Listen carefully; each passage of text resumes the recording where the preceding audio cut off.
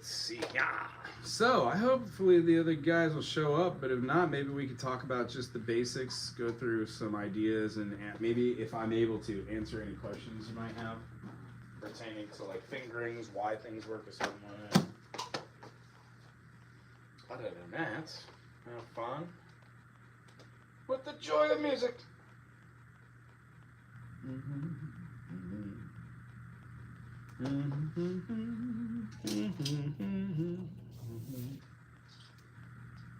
And throw this up, maybe feel a couple answers from the internet.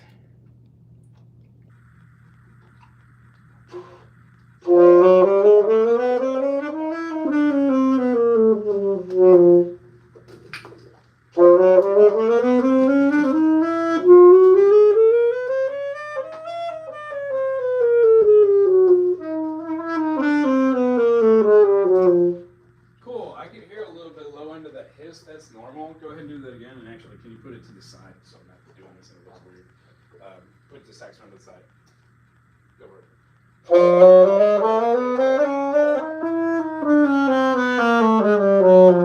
Hit that D pad here. Yeah, D pad. I think there's an ear leak just because you're hearing the higher overtone. That higher note, generally, yeah, you shouldn't hear that higher note when you're going down for that. Just that lower pad. Sometimes I can.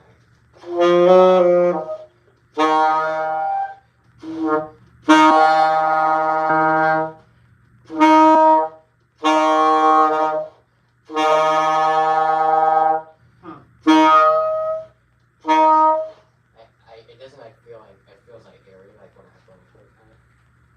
Right? Or how does your high D sound? High D, all down. Well, you go up an octave if you do the D. So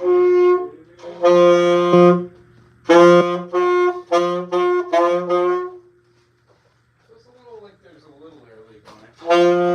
Is that a Bundy? What's the make on that? Lux? Huh. Well, I got Craigslist or whatever. It plays. you get most of the notes, yeah? Good enough. That's how I felt. My first was a Summer Bundy. It cost like $600 to set it up. I don't know. Got my first after, advanced mouthpiece. That changed a little bit, but what type of breed do you use? The ones that came with it.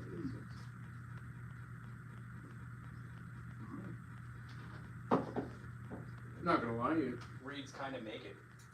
Also, when you're putting this on, it's lathered, right? Like there's crazy amounts of Saliva. Yeah. Reason why the more saliva, the better of a seal it makes. That's really all you're looking for. And then your reed itself, it doesn't protrude past the fuselage. Really it does or does not. It's completely even. Does that make sense? Yeah. Cool. I was just like Slightly? Yeah. Cool. That might be the difference between the low oscillation. What you're hearing that could just be the reed vibrating. When you're doing A, 440, 880, the different notes you're playing, it's the reed is oscillating. I got it like before cause like I was like I thought it was a reed too, like if it was my replacement, so I was like replacing my reeds and stuff. But it's still like doing like You could also shave down your reed a little bit. like with a knife. Razor blade, and you go against the reed. So you would put it down with the razor blade, like Against the grain? Or yeah. No, the grain's going that way, so with you the go grain. with the grain, but you would take the blade and you do it like this. So you put it down like that on the ground and go like that, and only like right here and here. It's a slight difference. I've only done it once where it actually, I think it made a change. Professionals, of course, would be doing it all the time. I've thought of making my own reeds because I realized how expensive they are. Oh, yeah? Well, I could show you how to make the tool to make it. Oh, there's a tool to make it? If you do it by hand and you do like 2,000 or 3,000 of it, and you get good at it, you do not need the tool. But if you're a novice like I am, you would need to do it. It's like, you ever seen, you know what a cigar roller is? You know what cigars are? Yeah. tobacco leaves chopped up. You take the final leaf, the nice ones, and then you put it in a machine where it rolls all together, so it's there, and then you put the husk in there, and then you twist it, right? Now, hand roll ones are done well, but the mechanism would look like this. You would take bamboo, you would strip it with this big old piece of metal that has quarters or eighths in it. You make these little planklets, which are just huge reeds. You would put it in this shaver. It's like an awl, like carpentry, and it takes off the top and bottom, and then you take a micrometer, which is a tool to judge fine details that are underneath 1/16 of an inch. Does that make sense? Yeah. Cool. And when you touch it, each part of it does that. You keep going at it till it's perfect, and then you have the reed clipper where it clips it like a fingernail. And then you have your reed base, and then you do shaving. Okay. So if you can do those, then maybe you can do oboes, and if you can do like 5, 6, 8, 10 oboe reeds a month, you can sell those oboe reeds for like 80 to 150 bucks, sometimes 300 or 400 a piece. Yeah. So I don't know if it's a dying art. I've only tried to do it once, and I didn't do it the whole way. Just didn't do it. Yeah, you could also probably use like that. Not exactly bamboo, because some of them are like made of like cane grass. Like some of them like are made like cane grass, like not like exactly. It's not exactly sugar cane. It looks like sugar cane, but it's not sugar cane. Oh yeah, I'm sure we have it here. Yeah, it's all over the place. Yeah, it's not the guinea grass. No, it's not the guinea grass. It's basically elephant grass, but people say. Oh, I know what you're talking about. Always confuse guinea grass with elephant grass, but it's the actual elephant grass. Cool. I guess just basics that you would learn in any jazz motif. The way to hold the instrument, you already got the thumb placement. A lot of people hold like this, but a standard also is this. No? Yeah, and you would just adjust it so it's good for you. I put mine in a little angle. See how I'm not doing this. It's here for me. Let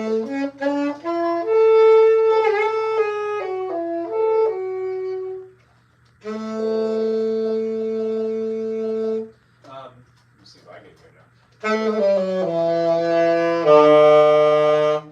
I can definitely hear the difference between it being weak sauce up here, and then when I go down and hit my D-pad, I definitely hear it go like I'm falling on it.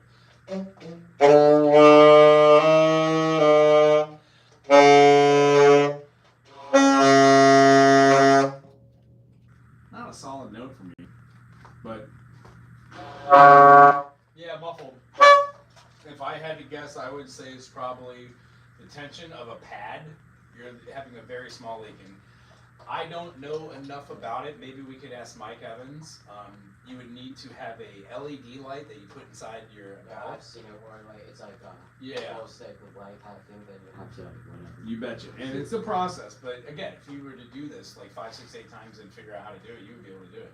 Like all these broken saxophones down here, up here, get a ligament kit, a pad kit, go at it. If you can make a working saxophone from one that wasn't, and not eat 100 or 200 bucks, and you know, come up on it. Save a lot of money.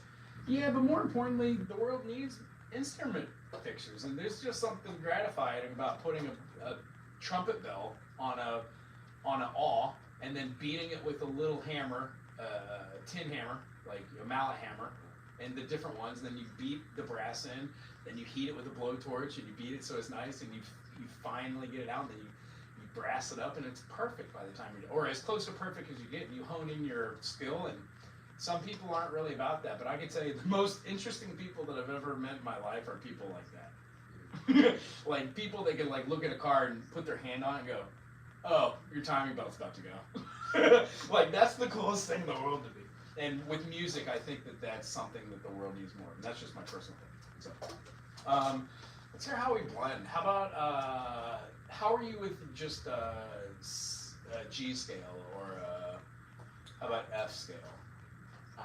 Well, I forgot like which about this, so I still went back to the piano like. Didn't you have notes with it? Perfect. So you dig the idea between diatonic and chromatic scales. It's easier to play your diatonic scales to work on key signatures, and then work on your modes from there, and then work on, especially with saxophone or any instruments like a monotonal instrument, work on 1, 3, 5, 7, 1, 3, 5 flat 7, 1, 3, 5 6, right? Yeah, but I remember the G scale, which in saxophone piece, so it's in there. Excellent, yes. So, and you know what your intervals are, correct? What do you mean by it? Well, an interval is the spacing between notes, and inside of a scale key, like just to jump back on our theory if we could. This will help you to imagine notes. Hopefully I don't remember. You're saying like timing? Yeah, well, what you see is I heard you just over here doing scales up and down, moving them around. Last time we all got together, we talked about doing a series of seven notes diatonically, right? And then trying to do like, what are we doing? So like G, A, B, C, D, E, F, G. All the while trying to keep each one of these in perfect sync. So if we did these as staccato notes, and we just put the little dot above them, we would do this with shortened breaths, right? They're all detached. Sorry. Wait, I think that. Yeah, so let's just try to move over one, and it'll be in the key of G, and let's just do a single note on top of that, and we'll have like a G, A, B, C. 1, 2, ready, go.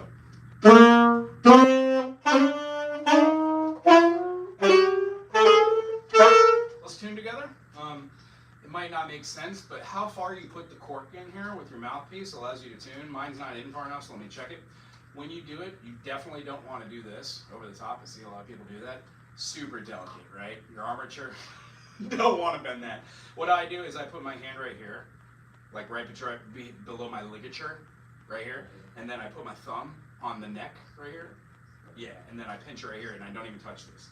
Then I push this in. Let's just get our C sharp.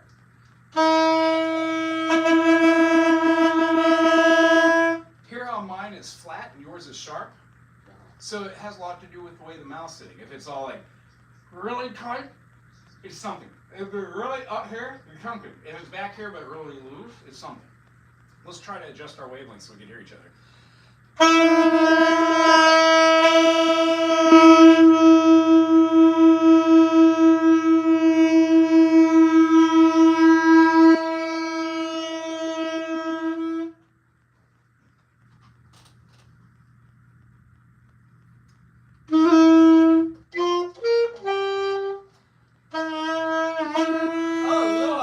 Hey man. Hey.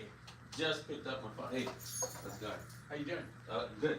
Yeah, sorry. Just picked up my phone from the Verizon thing, and then just getting up to speed, and I just saw the text. I just figured I'd sweep by. Don't let me interrupt. I'm gonna sit out here and make some adjustments. I'll be on my way, but I just was with the. Right on. No go tonight? Huh? No. Yeah, I didn't bring my horn. Oh no, yeah, we're done. Yeah. Right on. These are parts you fit working. They are. A student of mine is doing clarinet, wanted to also a little saxophone. They had this one, and they wanted to make sure that those were usable or not. I told them it's past the point, especially with being two. That would take way more work. Yeah, look at it, a lot of work. Yeah. Yeah, but as far as like a broken one that needs some pads or a couple of different Oh arms, yeah, for parts and stuff. I'll tell them about that. But yeah, they're more like Applebee's furniture. Yeah, check with me if anybody needs something. Shoot. Instrument wise. Okay. Yeah. So we're doing this every month on the first Tuesday. First Tuesday. Calvin couldn't come tonight. I don't know where yoga is, but we're just gonna go over what we did last time. Uh-huh. How are you? Fine. I'm How you good. doing? Yeah. Good. So yeah, don't let me keep you. Oh, word. Keep And going. then I do have a really quick question for you. The low barometer here going down. The B flat is it? Yeah. Not able to push it out no matter what he tries. I used to be able to do it like first try. But, Oh, okay. So, first conclusion, like can't get it out. Do you think it's a pad air leak? Yeah, could be. At first it was happening before. well, yeah, I got it. You got a haircut. He was here last time. Yeah, right? we all got You haircuts. Yeah, for school, right? Let me just let me have a quick look at it. Yeah, just let me.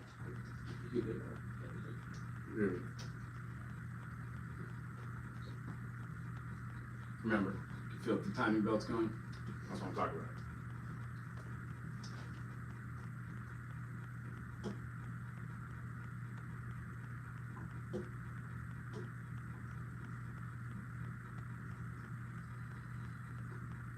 Did you have pad change? No. This one's not. Straight from Craigslist. They might have put pads on, but all Is this all one you of had this- last time? Okay. They all look the same color too. Okay.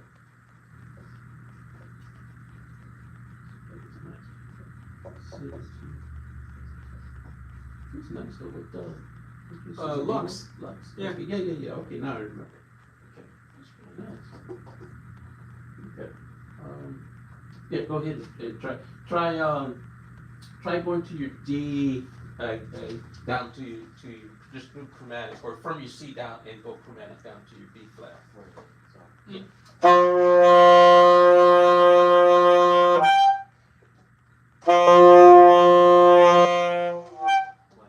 Try it. What you want to D.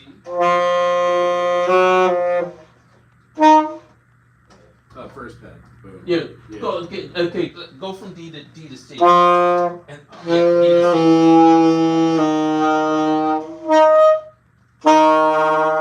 Okay. Here, yeah, it's like it's trying. It's almost right there.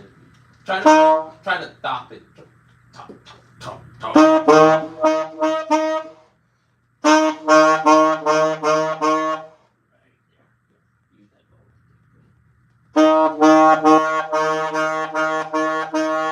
Okay. I mean, I hear it trying to make its way. Yeah.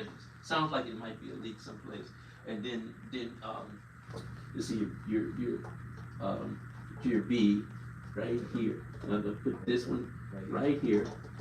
That you use the roll bar. You feel that guy right there? That's your back pad. So roll it forward. And then roll it forward. You feel how there's a pad right there? Yeah, that's push that one forward. Yeah, go forward.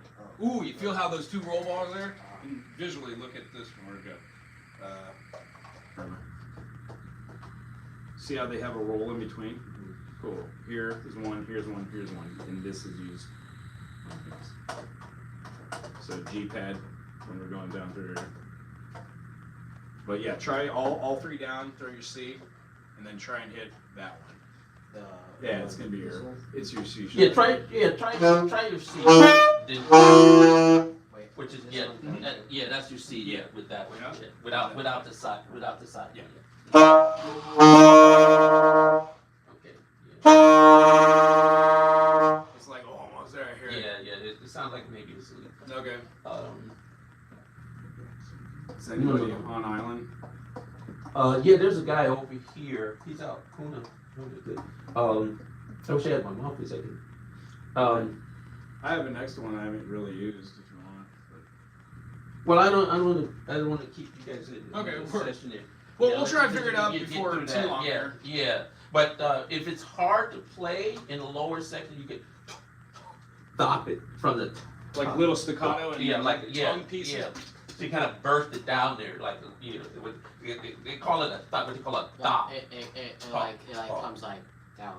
Top. Yeah, top. But top it. If it's hard to blow naturally, you can try to top it, hit that note, and just work your way down. That way you know for sure, because if you top it, you'll get you like punch it through and get a fuller sound. But you shouldn't have to. But that'll let you know if it's leak type of thing. You should be able to naturally just kind of chromatically go down and hit that note. But sometimes it's conditioning too, especially for a new player. For a new player that is vocalizing, vocalizing. So hit that. So just kind of give you that extra when you do something what they call topping. So you can to kind of get down there to hit it. So yeah, but it does sound like it's probably a leak. Yeah. I can I make it a point. How often do you just once a month you come by?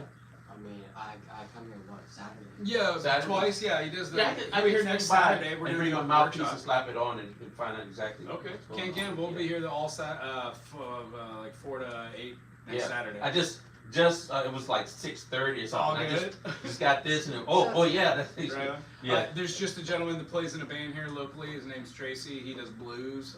I told him to have a song charted and to have the key it's in and everything and what he kind of wants to hear. And he might pop by tonight just to talk about that. Okay. Yeah. Okay. Well, I'll let you guys get Cool. back. Right on. It's good seeing you. Yeah, man. Aloha. Nice seeing you. It's good Keep seeing you at as it. well. Keep at it. Aloha to you. I'm just gonna sit out here. Oh, groovy. That's okay. You're more than welcome to sit here in the air conditioning if you want to. Yeah. Aloha. Well, cool. The whole idea behind this is like maybe in the G scale to be able to do our 7 diatonic notes and then go a tone above. So what's the tone above G? What's it? Major second above. Oh, A. Shoots. So if we were gonna be going from like G. Do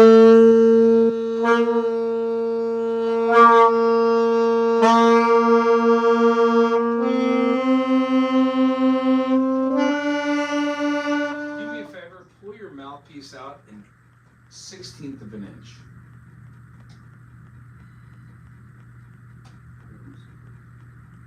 There you go. Get it so it's comfortable for you. Let's hear if we could play a G together again.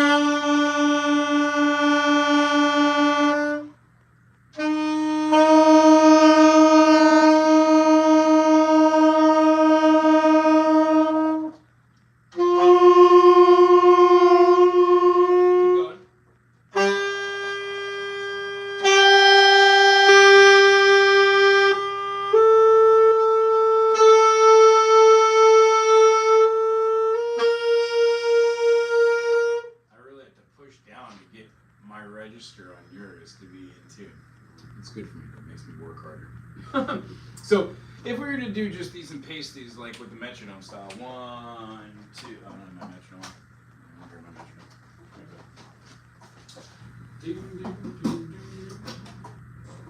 metronome. Counting more of the beat than less, so we can hear it.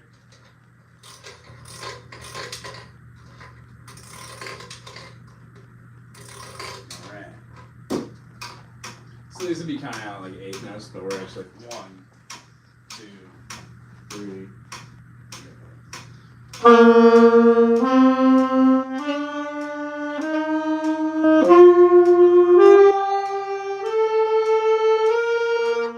So when we're playing in like a group setting, it makes sense to feel the 7 notes, but generally you go above and then below. So if we went ascending, we go to an A and then descend back through the number line, but then go down to an F sharp and then up to a G. Does that make sense? No. Okay, let me write it out. 1, it'll help with our sight reading skills. But you know what, I'm gonna grab a new pen. Because new pens are awesome.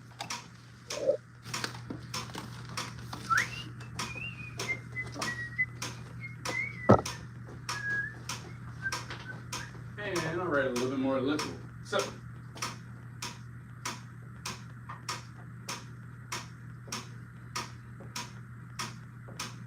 how many sharps and flats and or flats does the key of G have? 1. Cool. What is it? It's G flat. Yeah, but we don't call it G flat. F sharp. Yeah. Why? Because it's in the key of B. Oh, Laura. Tracy? Yeah. Shoots. How are you? How's it going? Good. I'll tell you what. Let's kill this for just a second. How you doing? Come on in, man. Nice to meet you. Nice to meet you too, buddy. Jaden, this is Tracy. Tracy plays in a rock and roll band here. How's it going, Jade? Ooh. Wait, were you at Puna Covenant Church? Huh? Didn't you go Puna Covenant Church? No. Oh, no. There goes it. Thanks. Well, what we're doing is we're setting up a little jazz brass kind of ensemble. There's not many things going on here in this wave. Yeah. There is one place where people get together, but they've been going there for a long time. They play the same songs, and they're already pretty much in their own thing. So, Yeah. wanted to start something for us new players. Cool. I teach basic scales, notes, and Yeah. theory. I excel at theory, but I'm Yeah. not the best at woodwinds. What we're trying to do is put together a group of 7 or 8 people that understand how to work well together. So Yeah. when we meet other bands, we can say, "Hey, what songs are you playing?" Oh, I Or, see, yeah. Helps us spread our wings musically, and then it just does something else for bands. There's just something to be said about having a backline, as you know. Oh yeah, absolutely. So, yeah, for sure. I don't know. I've seen you play over at I can't remember. I don't frequent bars too much, but No. I don't drink. But Neither it was do I. an open mic where a bass player named Tate was playing. Oh, it's the Alibi. Yeah, Yeah. That's the only lots of reason fun. I go there is because Tate plays. yeah. I enjoy Yeah. Tate's playing very much Yeah. so. There's a Yeah. couple other choice bass players on Island. Yeah. Super groovy. Yeah. But yeah, what we're kind of looking for from somebody who fronts a band, runs a band, would like to have us out maybe to see, Yeah. test the waters, Yeah. is having a song, having a key signature, Mhm. having set amounts of measures so it's not loosey-goosey, like Yeah, an A, a verse, a B, a absolutely. Sure, chorus, yeah. or whatever it is. And then having that so it's set so I can listen to it, do a quick chart if you haven't already charted it, and then be Yeah. able to propose it to us. What we work on is knowing how to modulate from standard concert pitch into an Yeah. E-flat instrument or a Yeah. B-flat for tenor. Sure, So it's yeah. always an educational thing, and then there's maybe two of us. I mean, how do you feel about soloing? I guess it's probably easier than I guess what's it just like playing I don't know. On something that's monotonal like this, when we're Yeah. going through here, like for us, being able to just do like a 1, 3, 5, 7 is great for blues and stuff. So like if you and I are going to be doing a run, like let's say we're doing like you and I are playing, he's playing like E flat. What's the major sixth of E flat? It's not a beat flat.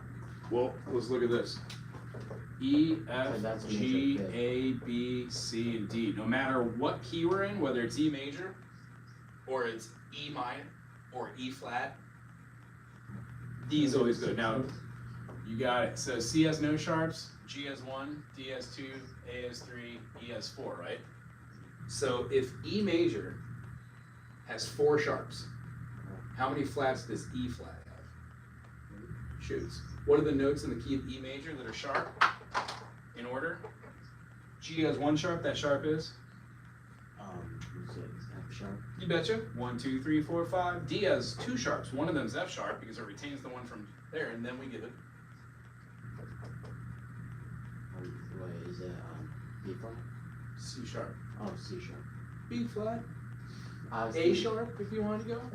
If we look at it going through the circle of fifths here, we have F sharp to C sharp. Well, the reason why I write my circle like this, including the key that has 1 flat, B flat, is because I can look at this and go, oh, A has 3 sharps, F sharp, C sharp, G sharp. Oh. Yeah. When you write this out over and over and over again, you see it in your mind's eye. When we practice scales, like the concept we're working on right here, is how to do F sharp, G. Actually, I should try this more. F sharp, G, A, B, C, D, E, F sharp, G, A. So when we go a note below F sharp and we go a note above A, we're incorporating our 1, our 2, our major third, our perfect fourth, our perfect fifth, major sixth, major 7, perfect 8th, and then we've got our P9. Sorry, not P9. Major. Does that make sense? Kinda. Yeah, kinda. Major 9 because it's a major 2nd here. This is our major 2nd, major 3rd, perfect 4th, perfect 5th, major 6th, major 7th. Our chromatic scale introduces the concept of our mind relativity, right? So if we were playing a line over this and like, they're like, solo! I feel shaky at best. But 2 of our members, like Mike, can get down on it, and Yoga's doing pretty well playing. Having a line underneath them and building a triad is basically what I just want to do. So I get stronger playing and reading what you're doing. And then being able to solo is probably about 6 months away from me. So, and I've already played a gig where I did solos. It was horrible. I had so much fun. But yeah, this is the kind of concept that we would do. We would talk about like theory, modality. It would be probably boring for a whole band to sit there. Oh, yeah. So, I mean, it's mostly piano and horn player talk, right? yeah, I mean, yeah, we pluck out notes and like, cool. Yeah. The song is like, we're in the key of, E flat. We're doing a 1, 4, 5. Well, if we're in E flat, E, F, G, A, B, C. C major is what we're playing in when they're playing in E flat. Yeah, Now, generally, that's right. bands don't play in E flat Oh, blues. so we're in the 6th above. Correct, major 6 above, or what, I mean, periodically, if we were to do this, here's our, how about we do it in the key of D? If we did this right here, F, G, A, B, C, D, E. Well, when I do that, that's a 7th. What's the note below it? D. So if we did F sharp, and you said, oh, this is a D, F sharp to a D. If I put this D below, here's our C, here's our B, sorry, here's our D. When we do this interval, you could go F, G, A, B, C, D. Well, that's a sixth of some sort. What is 9 minus 6? It's, This is a third of some sort. When you play F sharp to D, you go, oh, well, what's the key of F sharp? How many sharps are in the key of F sharp?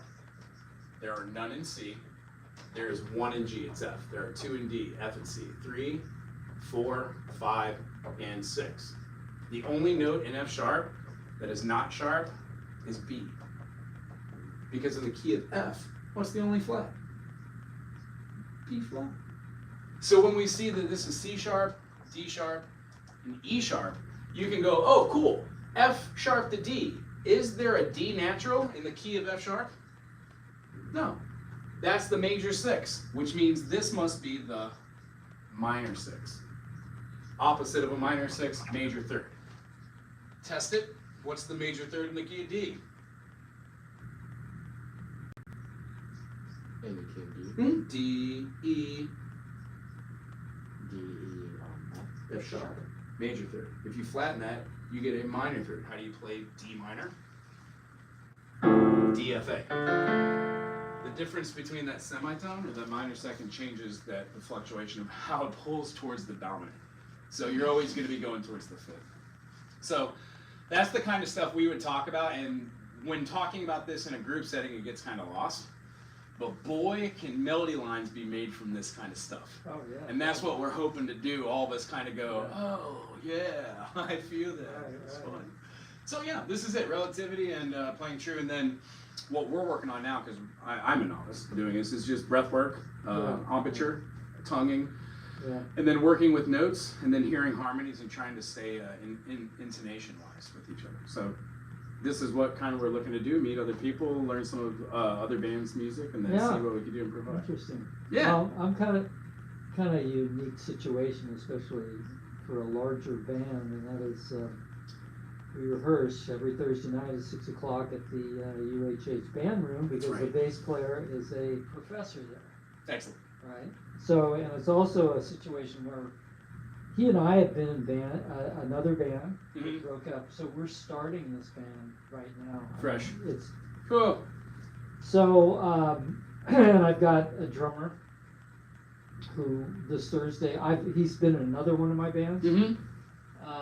He's going to start with us on this Thursday. So I have the drummer, the bass player. I have a really good female singer, and myself Cool. who plays guitar and sings.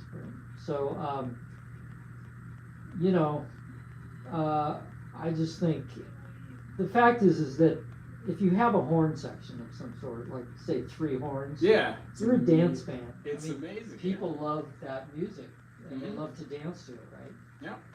So, you know, we're kind of open to the repertoire, but the one thing we're following right now is that 50% of it is original, Cool. which is they're all songs that I write, and the other 50% is right now is up to the female singer, which or whatever she wants to sing, Cool. right?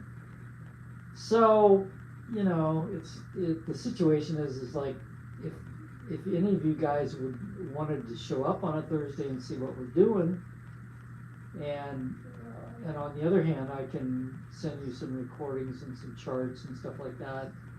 I don't have any formal recordings I've done lately, but I certainly have songs that you could figure out simple backlines, you know. Yeah. And I mean, nothing. We're not striving for anything really big right away. I mean, we're just, you know, the Yeah. horn section would play the riffs and, you know, fill in and maybe solo and all that kind of stuff. Yeah, we're looking to do like music, like in music, when you're doing part writing or step writing, if you have a chord, which is like, let's say like a triad, when you're writing for soprano, alto, tenor, like this Yeah. 3-part, Yeah. you don't want all of the notes to move in the same direction or else it becomes Right. very Yeah. programmed. So what we're trying to do is hear how to play different notes together, so we start representing Oh, right. fifths. See what harmony And is. yeah, absolutely. So Yeah. I think the group itself probably has another good 4 or 5 months of doing what we're doing until we know a vocabulary to talk to each other. But absolutely about just showing up on a Thursday and see what you're going on and trying to play. Yeah. Absolutely, that'd be fun. Yeah. Jam sessions are great. I mean, I mean, it's definitely every Thursday. Sometimes we skip a Thursday, but I could certainly let you know each Thursday Cool. that we're definitely there. And we go 6 to 8 or sometimes 6 to 9. All right. And, you know, if you want to come in and just see what we're doing, if you want to bring something in for a couple of songs, like, you know, we could start with some easy stuff like we do, Tracy Chapman big hit. What was it? Give me one reason. Give me one reason. Cool. You know, which you could definitely put a horn section behind, and it would be easy. Cool. It's, you know, it's 1.5. So these are the things I'm talking about. Like Yeah. once we, was that in G or? Boom, Oh, E? they play it. It's in G She and plays E. it in F sharp. Okay, We do cool. it in F sharp. The capo. Yeah. So the idea is we can learn that, but if I didn't know that there's a capo involved, it would be an instant modulation, and we might Right. not have rehearsed it doing that. So our thing is we want to get our chops up to be able to do G, B, G, C, G, and know what a 1, 3, 1, 5, 4, Yeah. 1, and be able to do that in every key. And that takes a while. Oh yeah. That is. You're doing a wonderful job for Yeah. just picking it up too. Very musically affable. For me with harmonica, I just switch around. Yeah. Wonderful harp player as well. So Oh really? I'm Great. tickled to know you, buddy. I'm very curious to see how you and your music career go, and I'm here to support you the whole way. As far as the group itself, I would like to get a better communicating, teaching, facilitating places and spaces. We do an open workshop here every first Saturday. Oh okay. Yeah, and that's a great place in case you got a couple tunes you've been working on. You can't Yeah. do it at the U of H. You don't want to get it together at people's houses. Come up here, Right. hang out. There's generally a handful of people that come, but we go through ideas and we go. Nice. It's no That's no nice. longer like a workshop where I pick 4 or 5 songs and teach people Yeah. how to play it. It's Yeah. more like bring whatever you have. After you're done, if you want to know what that progression was, I can tell you what key it's in, how it blah blah blah blah blah. Yeah. But I tend to find that people just don't care. So it's more about the jam, and that's lots of fun. But there are folks like us that really do want to know this stuff, and we're like, oh yeah. So Yeah. Right. there's got to be an easy medium betwixt the two. So yeah, that's what we're looking to do, and I would say probably towards next year. But we can get together and humor this as much as we can. And once people work together, we might be able to branch out, get a couple of our players over to the HILO jazz band, the actual people to show up and do the Sousa. Oh yeah. Right. That'd be wonderful. I would love to do that if I ever had time. You know what Yeah. I mean? But what I wanted to do was also to have a safe, drug and alcohol-free place that people of all ages can come in and kind of hang Absolutely. out. Yeah. Cool. That's great. That's the goal. Yeah. Right on. And yeah, I am like studio recorder musician type thing. And Yeah. we've talked about filling in if you have it. I know that there's a. I Yeah. just So need you to play get gas. primarily bass? Or Yeah, what do we- I'm trained.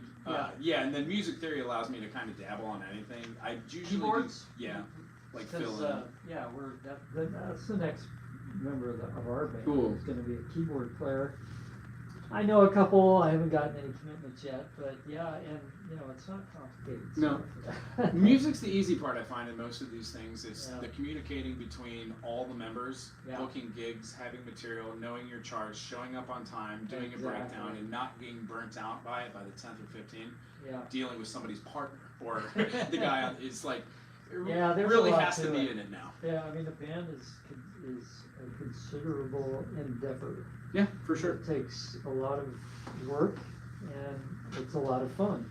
It is the But, end result. Yeah. you gotta down the line when you start getting serious, you start pulling the band together. You gotta be committed. Yep. Because everybody's putting energy to learn songs and so it's one of those things. Doesn't matter how much raw talent you have either. No, you have to no. have all the other pieces. That Yeah, come you along gotta with it, you gotta have everything.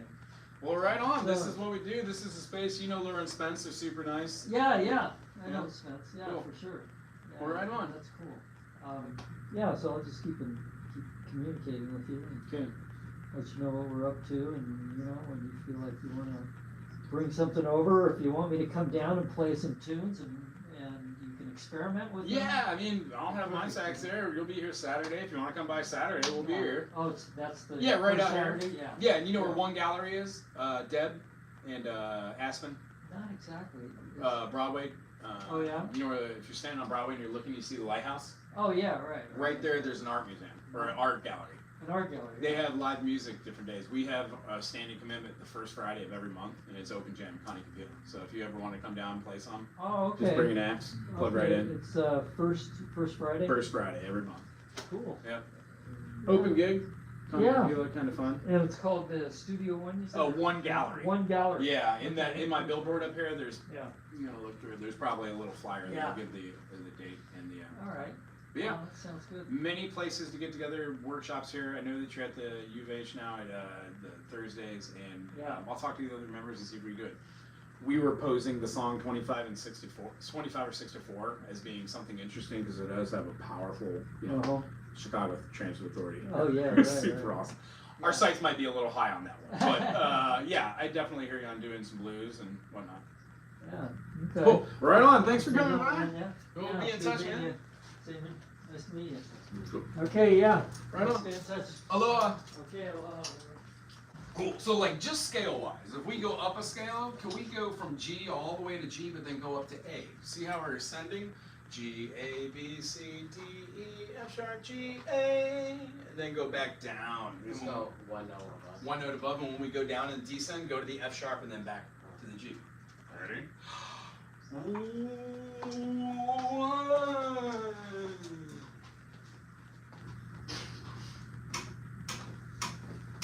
One, two, 1, 2, 3.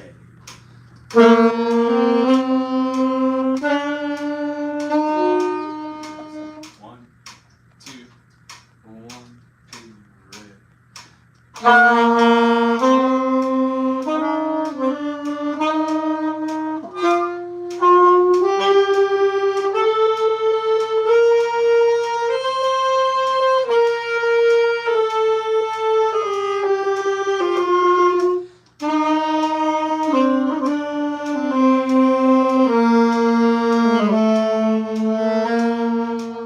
Cool.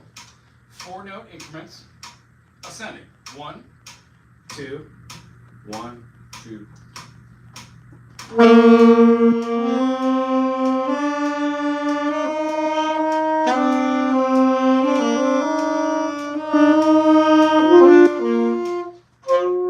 G, A, B, C, A, B, C, D, B. Cool. 1, 2, ready.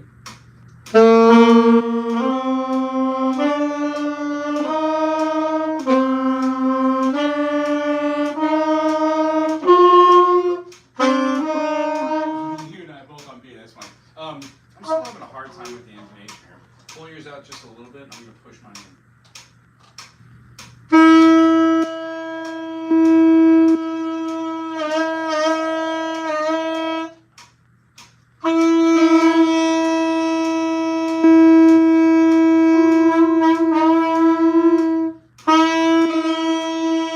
Much better. See how we're now a little bit more in sync? Can you imagine having 30 people in a band room doing that and everybody's beginner? That was what almost all of my saxophone playing was. I never heard the intonation. Okay, 4-note increments, or do you want to try maybe 3-note increments? A little slower? Sure, 3 note. Cool. Ready? 1, 2, 1, 2.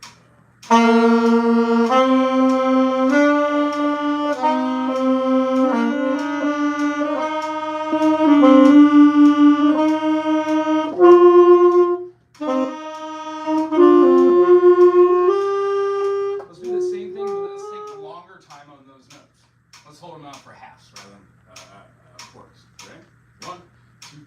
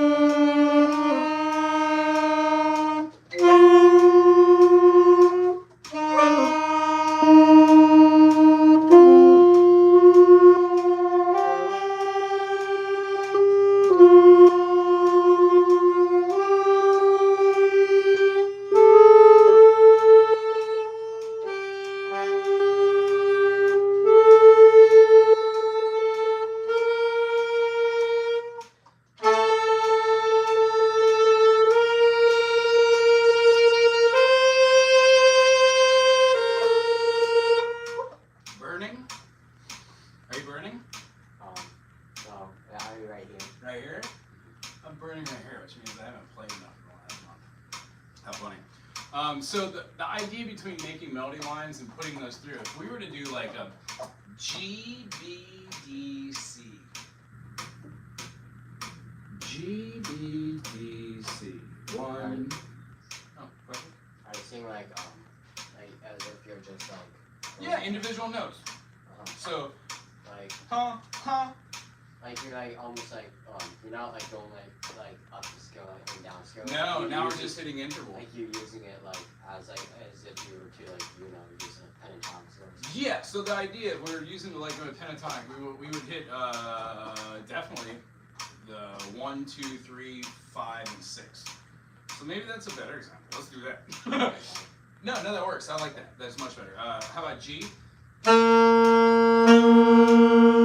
then our 2, our A, our 3, our 5, and then our 6. Let's do G, B, A, D, E, G. So if we're going to say with intervals, we would say 1, 3, 2, 5, 6. 1, 3, 2, 5, 6. You betcha. 1, 2, ready. Do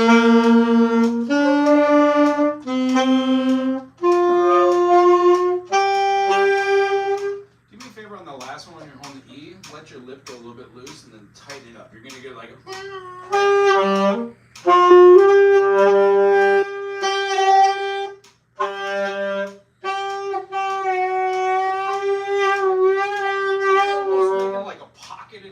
where I'm visualizing the air coming back and then being pushed through. Beautiful. It's almost like, what do you call that on a harp? Bending? A bend. Is it a backbend?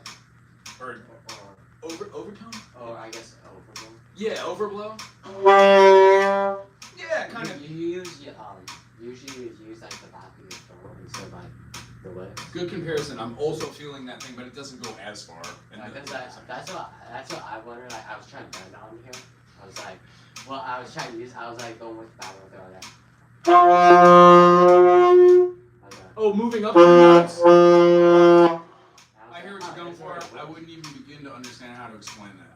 I watch a professor. I can't remember the name, Christopher Belleros, and they're a saxophone major, great amount of music theory. I've talked about him, I think, before, one of their websites. Watching them explain saxophone stuff is mind-blowingly cool. So I'll give you that YouTube link. That he's a doctor, and that's where I learned a lot of music theory from. Very solid music theory, and it comes from the saxophone, which is cool. So yeah, let's try that again and put a little bit slow and then a little bit fast in there and give it a little bend on the end. Let's do it twice. So what is it? Ooh, tonal memory. 1, 3, 2, 5, 6. 1, 2, 3. And you can associate it as this. We're playing pentatonics, right? So what key are we in? We're in G. So what is the minor? The minor would have been the same thing, but we would play the 1 flat 3, 4, 5, and then flat 7. Does that make sense? What I just did right there. Wait. Repeat what you said again. When we play in G major, do, re, mi, fa, sol, la, ti, and do is G, A, B, C, D, E, F sharp, and then G. When we play its relative minor, we've already taken care of saying E, F sharp, G sharp, A, B, C sharp, D sharp, B. We've gotten rid of the 3rd, the 6th, and the 7th. Therefore, we have E, F sharp, G, A, B, C, D, E, right? These are the same spelling. But when you view G major through the eyes of the minor, this is the spelling of a minor pentatonic. This is the spelling of a major pentatonic. They're the exact same thing. Major and minor pentatonic. Yeah, like look at it through the eye. Oh, I'm sorry. Look at it through the eyes of just like here's our G, right?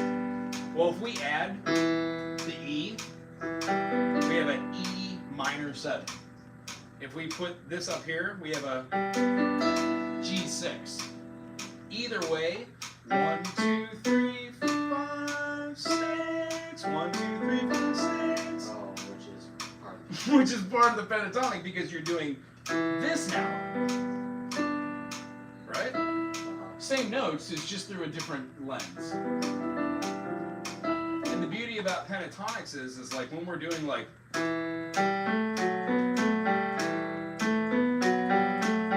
that F sharp, which is in the key of G and E minor, feels great. Unless you flatten that, then it becomes E frigid. Which means if you're playing a song in concert pitch E flat, and we're playing C major, you know, it will sound good to play E frigid like all day long. Gives it a weird tone. Coltrane. Let me think. There's a tune I knew called Argent, which. Anyway, let's try it twice. 1, 2, 1, 2.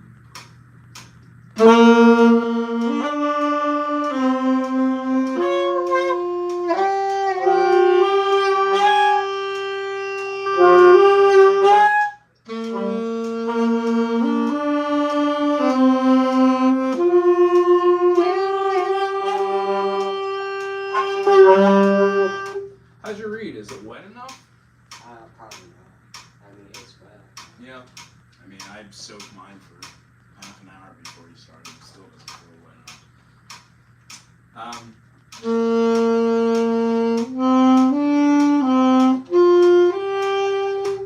Moving through notes, accent notes.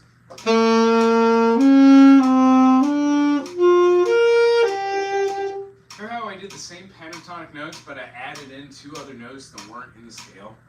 Well, one was, but A flat definitely wasn't.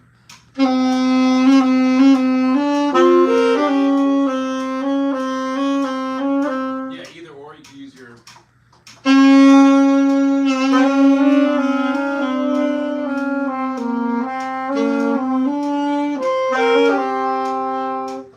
Building runs out of our patterns is basically what we were getting at. Last week we talked about doing the note below.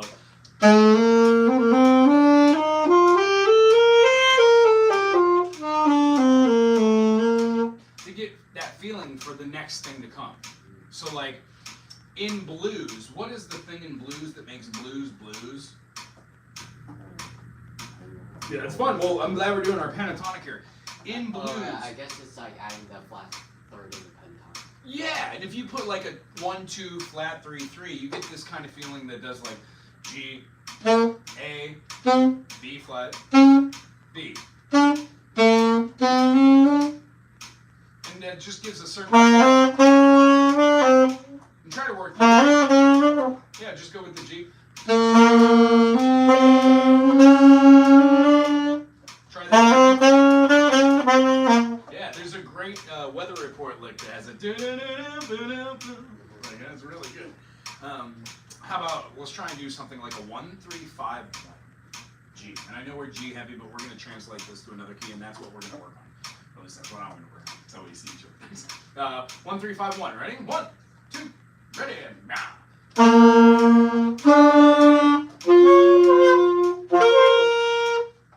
Let's work on hitting that D. Give me a tongue, and then air through the fuselage.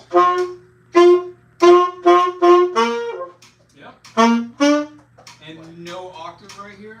Just do the lower D. I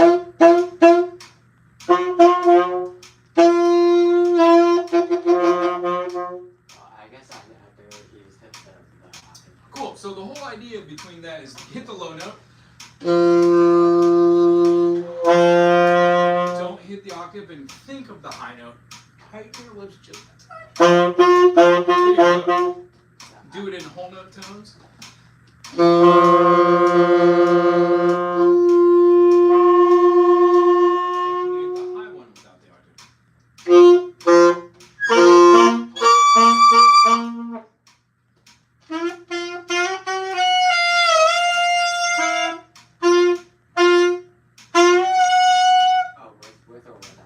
Try without. And then go up to it. The octave.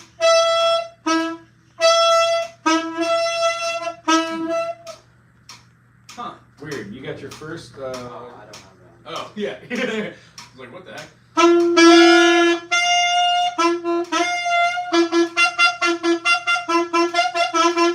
Cool.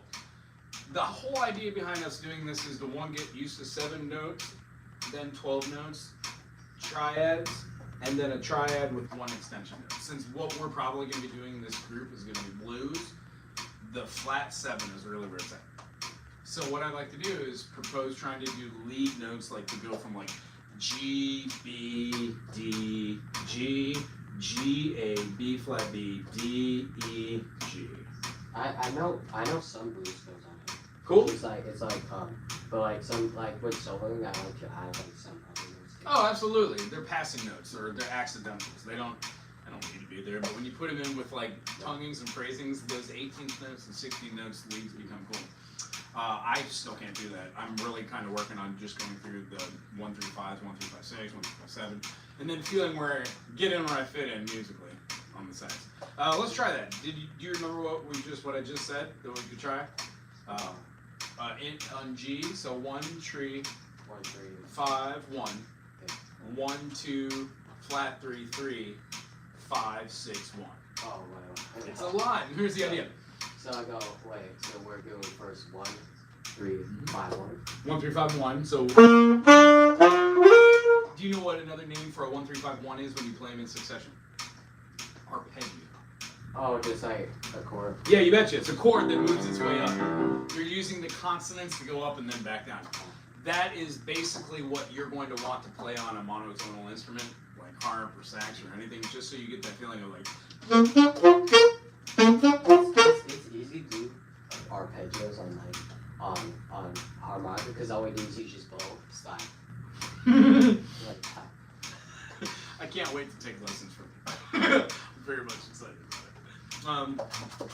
So yeah, let's try and do that functionally. Ready? 1, 2, longer notes, then bass.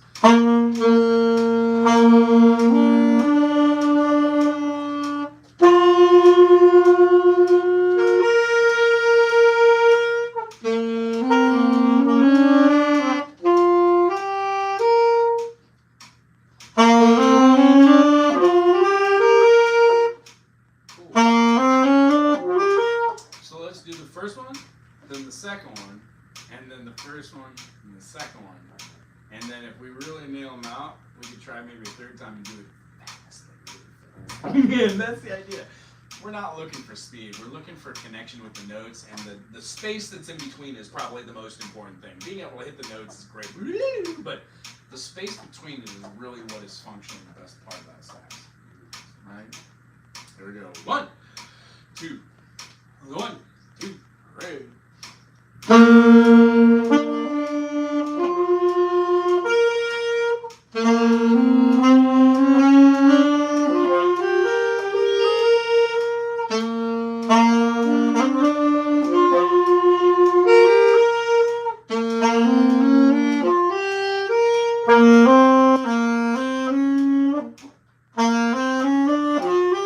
Cool, just for mind's eye. 1, 2, 3, 4, 1, 2, 3, 4, 1, 2, 3, 4, 1, 2. That's where, yeah, right? So half note, half note, half note, half note, eighth note, quarter, quarter. Oh, sorry, eighth note, eighth note, half. Nice.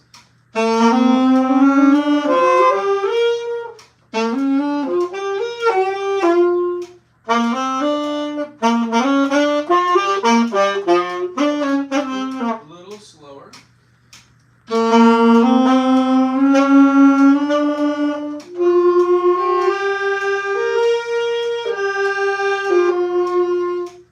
One, two, ready, go. See how doing one lick leads to another. So if we were doing like a groove,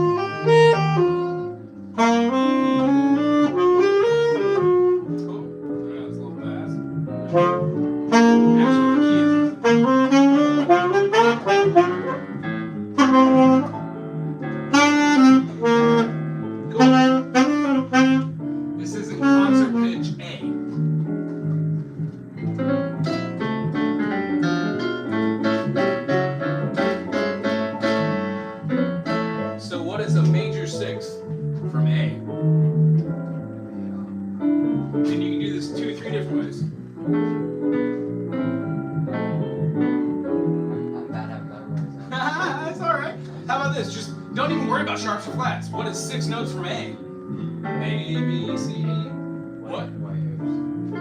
Yeah, so it's gonna be an F of some sort. Then we look at this. There you go. Cool. So because why? How did you get to there? What was like? Why did you say F sharp? Because whatever, this is the minor. It's the minor 6, not like the. Correct. And what if you're picking up? Because you can tell also. Yeah, that's my passing note.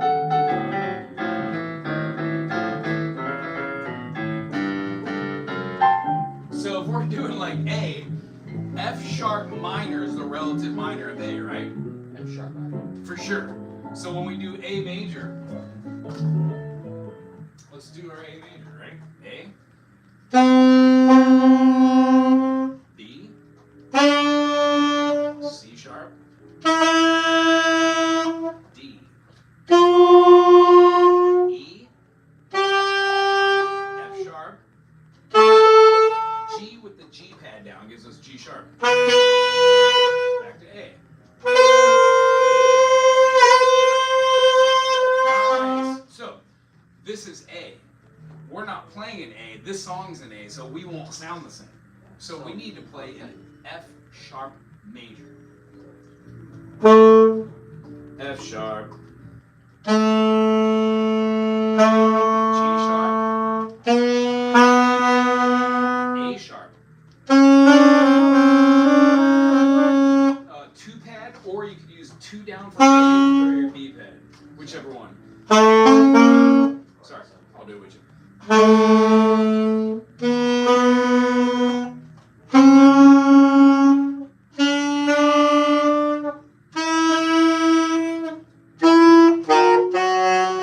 D and then your sharp. D. There you go.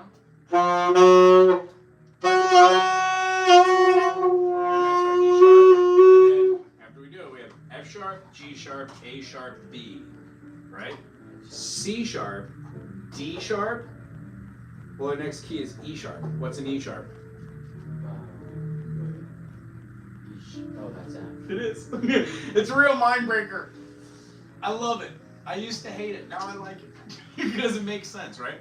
Let's just very simply try for an F sharp. Just get here we go. Ready? 1, 2, ready. Yeah.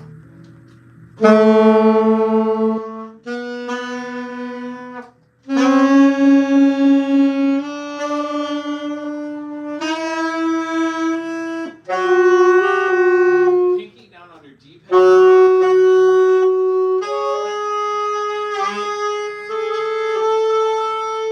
Cool. Do you feel that half-step resolution, that blending? So if we were playing blues in the key of A major concert, F sharp for an E flat modulation, what are we? In fact, we even have F sharp up here, don't we? What is our 1, 3, 5? 1, 3, 5, and then what's our flat 7? What's in between D sharp and E sharp? Oh, it's D sharp and E sharp. Yeah. It'd be D. D. Wait, D sharp. Well, D sharp. G double sharp. I would say so. It would be E. It would be E. So in certain keys, you learn things like F sharp. The only note in F sharp that is not a sharp is. F sharp. Yeah. Oh yeah, B. Cool. When you play F sharp on a piano, those 2 notes are white. F sharp, G sharp, A sharp, B, C sharp, D sharp, E sharp.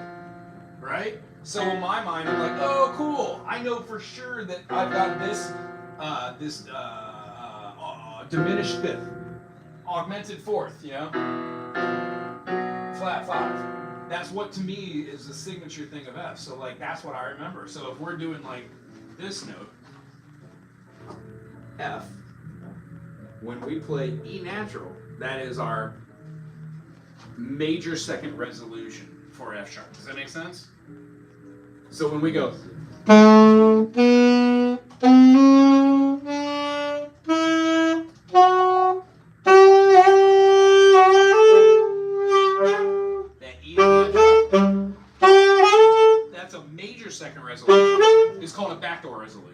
rather than, which is a half step resolution, lending tone, leading tone.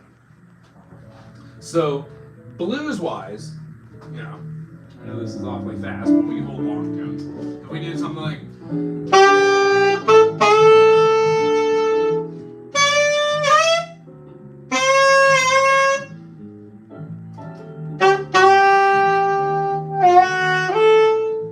does that make sense? Floating around. So let's start off with the E to F sharp.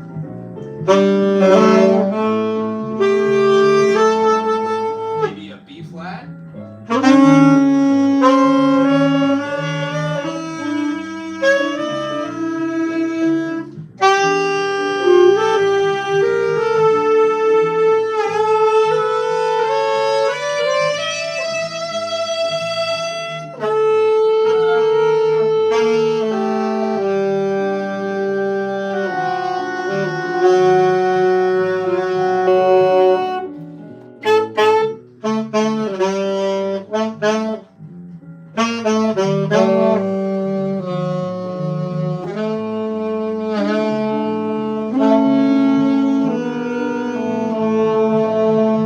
So what I'm really hoping to do is kind of hear like a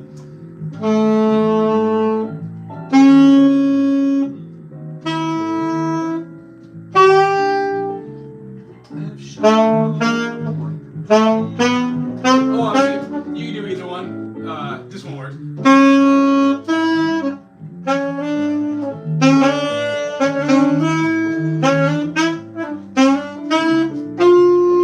Oh, that one. So let's try with a 1, 3, 5, flat 7. Ready?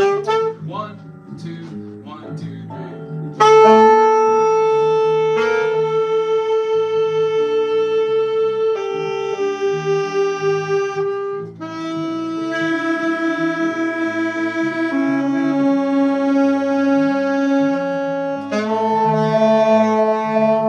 A little faster and cut. Ready?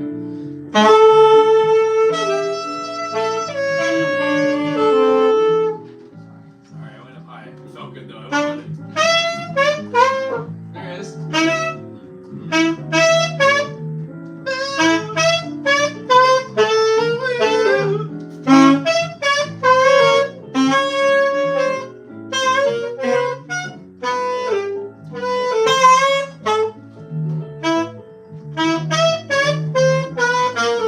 Nice. Try a bend on the beat.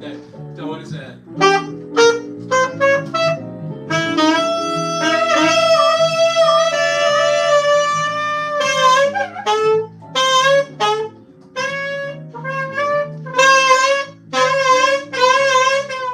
Nice. Cool. And that's just scoops. Don't do scoops when doing practicing, but do scoops when trying to do improvisation. You don't want to always be like a scoop person. It's the worst. When you start off, you're doing quite well. When I started off, almost every note was a scoop, like going trying to find it. But now I get it. It's all about the mouth harmony. You already naturally have it, so it's just really cool. So, big takeaway from what we're doing here today. Practice on your 1, 3, 5, and then your flat 7. It is blues. And do you know what modus that is? When we just do like a...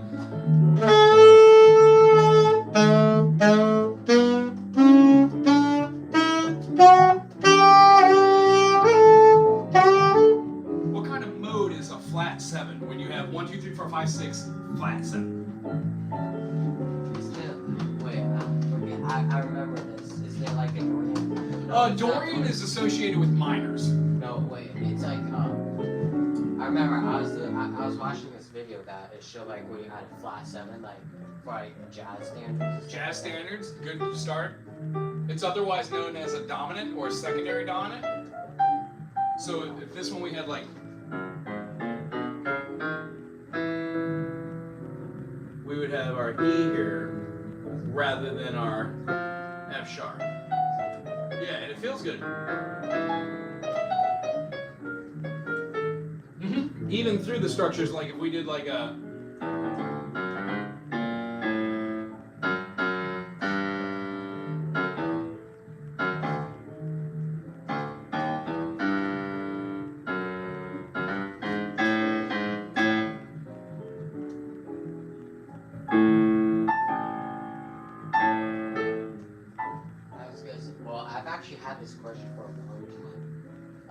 I can hear the difference, but like I don't exactly know the difference. Like I get like what's like the difference like between like jazz like and blues. Like Oh, jazz is 'cause the difference I between heard, jazz and blues. Blues is lazy jazz. yeah, It that's what I usually is heard, just the flat seven. that blues is just like jazz. Blues is just like jazz was like I heard like it was like kind of like a joke. Like jazz was invented with a guy who knew blues, but then he actually went to college for it. Then it became jazz. Yeah, I mean, overall, jazz is an amalgamation of a stolen culture from the black experience. Okay, the Americanas combined what we would call pre-world, like mandolin, violin, and then the Cordoba, which would be the predecessor to the guitar. It was a baritone type guitar. It had an arched top like a violin would. And then as soon as they got the dreadnought style, and then mandolin and banjo became like a bourgeoisie instrument in the 1800s, more people in socialite groups started playing it. The fluid whites, long story short.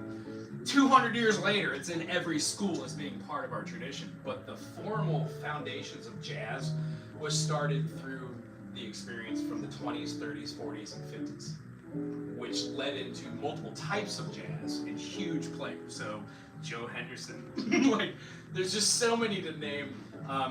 Guitar-wise, some of my favorites would be like Wes Montgomery or Benny. There's just no way to put a tab on what musician made me who I am today. It's all of them. So, Because I asked like, what's the difference between jazz and blues? Like, so the difference between jazz and blues is got a blues guy from white tuxedo and then yeah. You get paid at the end when it's jazz. Yeah. that's what the difference between blues and jazz is. Blues is, it depends on if there's 50 people in the band, if you get paid or not. Yeah, because blues like kind of like if you like blues like it goes like if you can play blues like with jazz like the same. Yeah, it's same. Over, Same like, thing. yeah.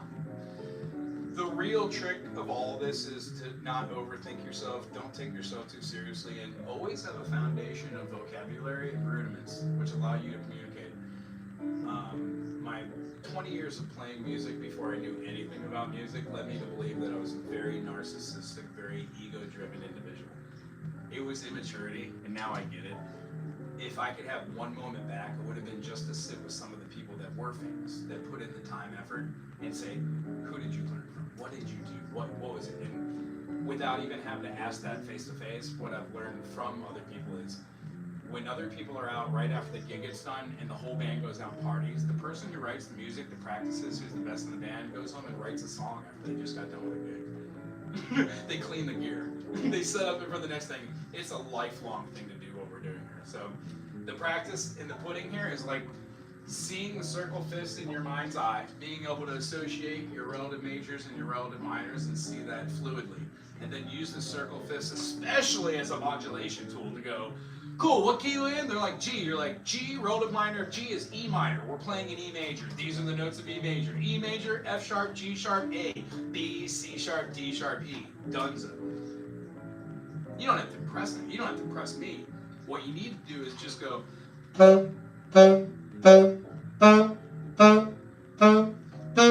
and just work on individual notes. It's boring, and then try.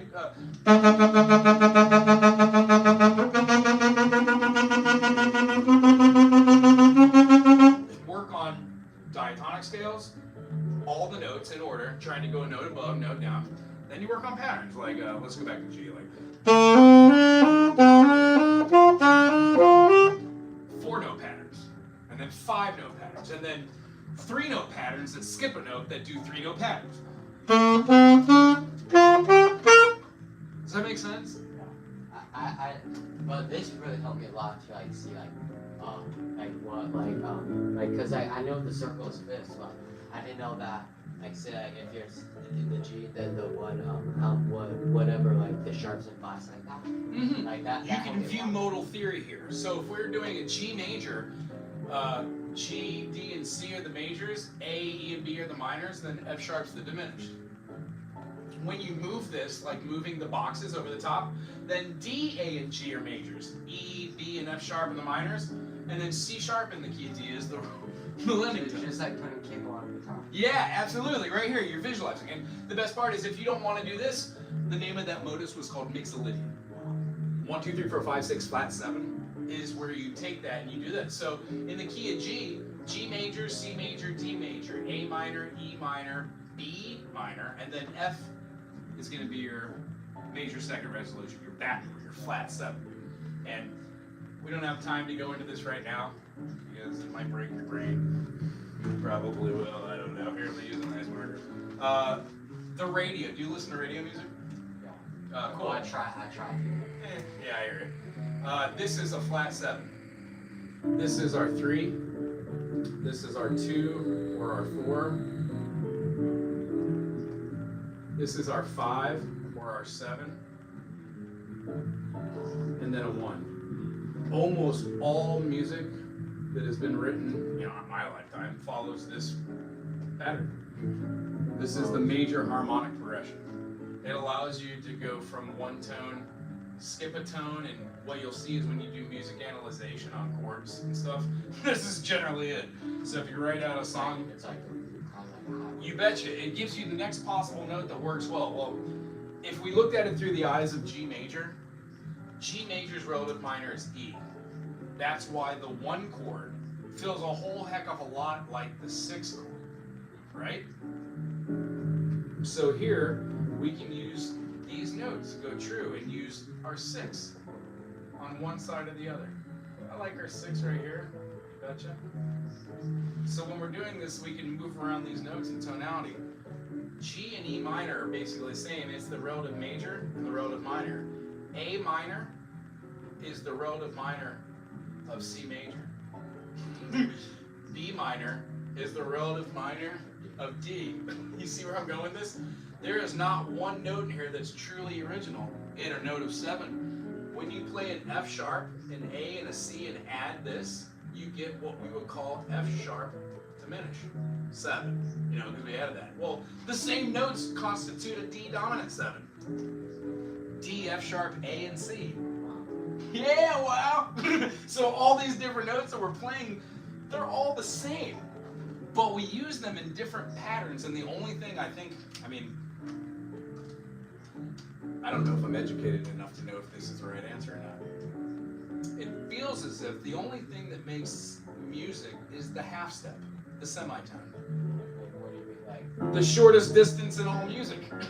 I mean, I guess, yeah, because like there's no note, it's like hard to find a note in between here. It is. Microtonally, there are 3 other notes for every note. So when you hear something, our saxophone does that. It's like an A is 440, right? So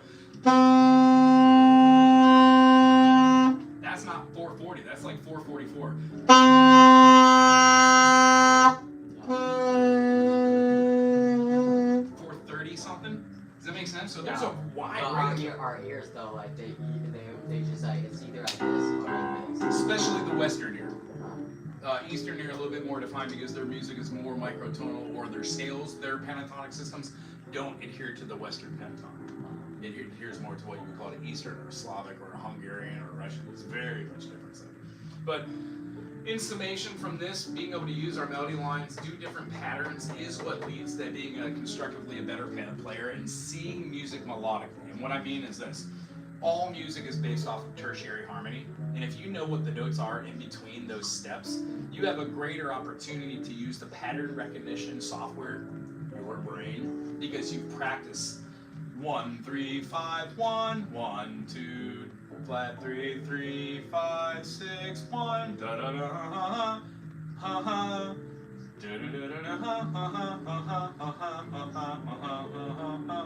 You start hearing more than just squeak. You start hearing potential notes, and you don't even need the saxophone with you. Once you start studying this, you just will start hearing it while you're walking. Does that make sense? So my suggestion is scat as much as you can, get some notes out of your brain, and then try to put them with the piano because you're strong at the piano, and then put them in context with it.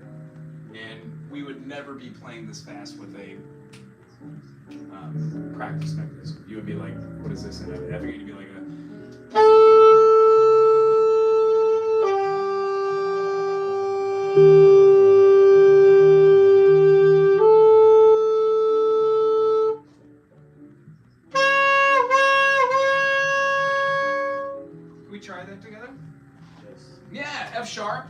E. And can you name what I did? We have tonic or P8. Tonic. Yeah, the tonic is the foundation of the chord. We're in what key? We're in F sharp. Yeah, so the note we hit, that's our lower octave, but it's our P8 because in this equation we're going down a major second. That's simple. Yeah, so we're going from the P8, F sharp E, yeah. Black key first, and then underneath secondary black white. Try it up in the octave. Well, it'd be right.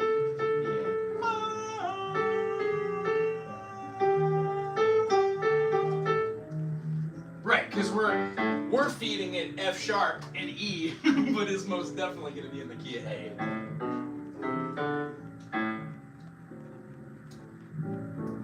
And I don't know if I would even. I'm sorry. I bring it just. Right, there's a lot of stuff we covered. I don't know while playing if I would ever go, I'm playing an A. I'm playing a G. I'm just thinking saxophone. I'm not thinking concert pitch and. It's just like when I hear it, I'm like, oh, I know that's an A. But then I have to erase my mind and be like, it's actually not sharp. Wait till you do like French horn, it's an F. Or, the harp, it's a C sharp or D. It's just weird and hard. So, takeaway, what to practice till we view each other next. I'll talk to the group about this too. Again, with the scales going above and beyond, try to shoot for keys you don't know already. So like something like E flat major, right? Has 3 flats, it's weird. Wait, what's this one? I think I know B flat. Okay. That has some variations where it tends to be more melodic. How about a B flat has how many sharps or how many flats? The reason why I say that is because you can go, there are 0 sharps in the key of B flat. There's what? I know there's one. Well, how about this? How many notes are in a scale? Diatonic. Cool. How many sharps are in the key of B? Like, you don't even need to learn the flats. It's easier to learn the flats, so learn the sharps because it's harder. How many sharps are in C? C, D, E, F, G. How many sharps are in G? What is that sharp? Cool. F sharp. G, A, B, C, D. D has 2 sharps. One of them is F sharp. What's 5 notes from F? F, G, A, B. Cool. The note right in front of D is C. So now we have a C sharp. D, E, F sharp, G, A, B, C sharp, D. D, E, F sharp, G, A. A has 3 sharps, F sharp, C sharp, and G sharp. A, B, C sharp, D, E, F sharp, G sharp, A. When we go to E, we add a 4th note. And then lastly, when we come to the key of B, it has 5. So if B has 5 sharps, how many flats does the key of B flat have? One of the only notes in the key of B flat that aren't flat. It'd be Yeah, F, C, G, D, and A. So when you go, you just say B flat, C, D, E flat, F, G, A. Okay. Does that make sense? Yeah. B flat, C, D, E flat, F, G, A, B flat. You betcha. You got it. So here.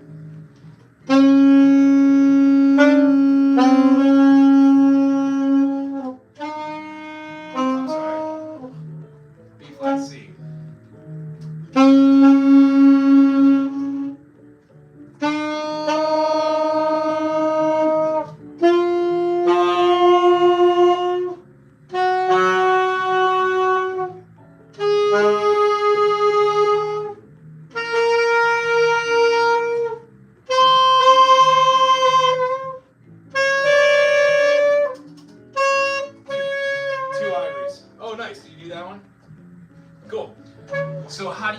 Scale, go from C. All music is viewed through the eyes of the major. Use your circle fifths, sharps only, and then use your diatonic scale to understand the equality. If there's 7 notes in a scale and F sharp has 6 sharps, that means that the key of F is going to have 1 flat. That 1 note is the only note in F sharp that's not a sharp. And if you can do that with G, you can see how going like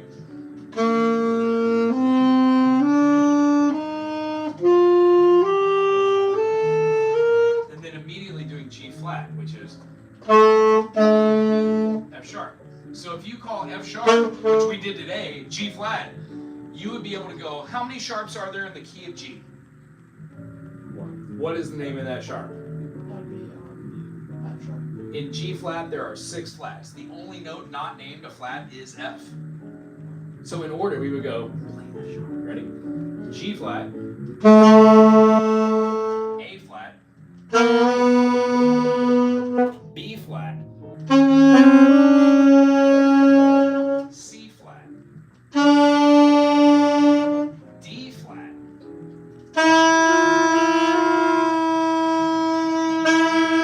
E flat, F,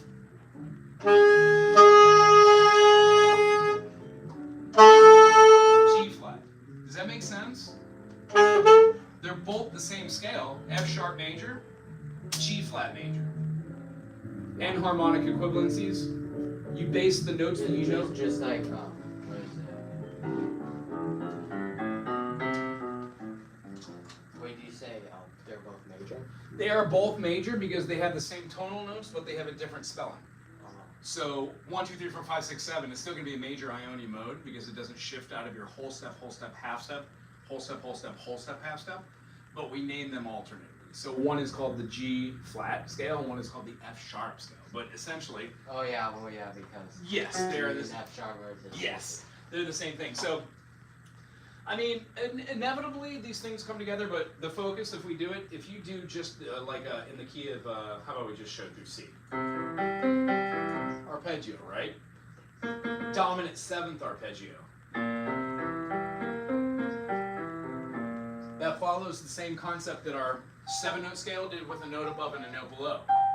Dig it? So in practicing, try to do like flat 7, 1, 3, 5, flat 7, 1, 3, 5, and then pick one note that's not one of them and put it in there and see how that feels with your fingers in whatever key. And what you're going to realize is some keys suck. You're going to be like, oh, I hate the key of E flat. Yeah. But then sometimes you'll go, oh, I'm playing an E flat, but now we're playing an E flat dominant, and it's so much easier to play that note as my flat 7 or my minor 7 rather than worrying about the constant. Cool. You have fun today? Yeah. Awesome. Awesome possum. I will ask a couple other people around about the sax there and see if I can come up with somebody who has a light tube that they can put it down through there. And then once you do light to like, what do you have to? I saw what do you have to do after fix it? It's generally just a pad. They'll pop out that pad, scrape out all the epoxy resin in there, clear it out, get it brand new. It'd just be the pad. It's not like. Most likely, I would assume that's not anything crazy. Like you need to reshift a piece of metal. And here's the thing, I'm not gonna mess with that because I don't know what's up. You should never just bend stuff. But when I couldn't get my octaves on this horn, I was very worried about it. Somebody said, put your finger right here, push down on your embouchure, and tell me what it changes. And immediately it changed. It worked. I was like, I would have never thought to bend that just a little bit. So, tricks of the trade. As I was saying, if we were all mechanics and we had 40 years working on cars, we would just automatically be able to go, oh, yeah, this is what's up. My total hope is I'm 45. I hope by 65 I'm capable of taking 4 or 5 different broken pieces, putting them together of the same model make, and then refurbish them. I would very much like to have a music refurbishing store. And more importantly, show people how to do it, or be shown how to do it. And it would toot my fancy for the rest of my life to just know that you can fix an instrument for somebody rather than buying a brand new one from some place. So, some things are salvageable, some things are not. It just depends on how much time and energy you're willing to put into it. Well, groovy, man, I'm glad you're here today. I enjoyed it. How's your brother doing with piano?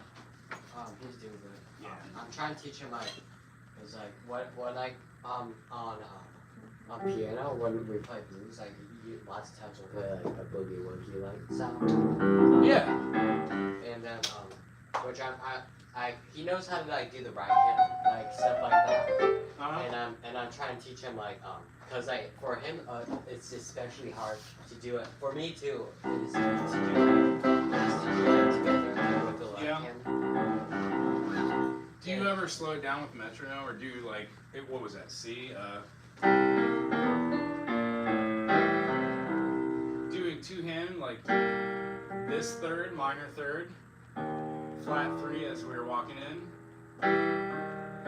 opposing melody and counter step, and then when you go to F, and using our,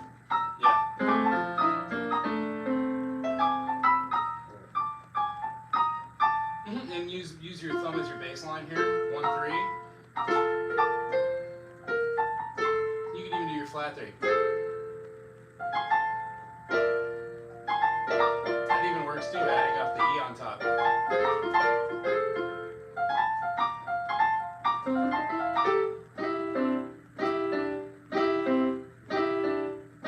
Hearing the difference between your major second and minor seconds, I despise the major second because it doesn't feel like a dissonant to me, but it is. It's the least of the dissonances, I guess. But the good thing also is like not just like using the minor blues scale, but using the major too. Like mixing them together. Yes. The major and minor. I usually like use like both like notes like for the major, because like when you're doing like say BB King style, like it sounds like we're like major. Yeah, full chords. Cause like if we're just doing like blues like minor blues, like you're just using the minor scale, but when you're like major, you want to mix them up. Yeah, very much so. Modally, when we're looking at this through the eyes of C, if you were to play like a dominant 7, this would be our clashing note because the dissonance is so strong. But you can steal chords from your B flat, G, G minor, G major, G minor, fluctuates between, and you can move in between. When you go from a half step down into something rather than a 5 dominant,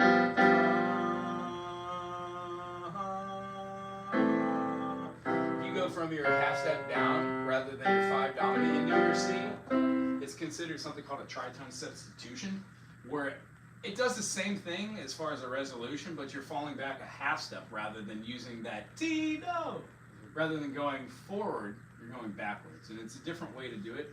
From what I've recognized, instead of like going up, you're just like with the minor going minor down, like minor up, or yeah. And the reason why it's weird is because when you have a 1, 2, 3, 4, 5, and then 6, this tritone builds way more tension than it needs to. And if you relieve one of these notes and put in another note, you have a movement either way you go, right? And it still is going to build tension off of a 5th. If you have a flat 5, not as much tension. Why? Because it now becomes like a sus. So, knowing chordal theory, seeing how getting rid of a note, adding in another note, and then how these two notes correlate to that one, while also bearing 2 things in mind. One, if you have more than just 3 notes and you've got an extended note, if it's not an add chord, it needs to have the minor 7. Well, generally the 5th is omitted because the ear naturally puts in the 5th. yeah, So instead of like playing the whole like if you're playing like a 7 chord, yeah, like, omit that 5th. Too many fingers on the keyboard. Right on, buddy guy. Very cool. I'll walk you out. thank you. You're very welcome, man. I'm glad you had a good time. I had a good time too. Wish some of these other yahoos would show up, but that's the whole reason why we tape record this, and then you know, it's a work in progress, like life.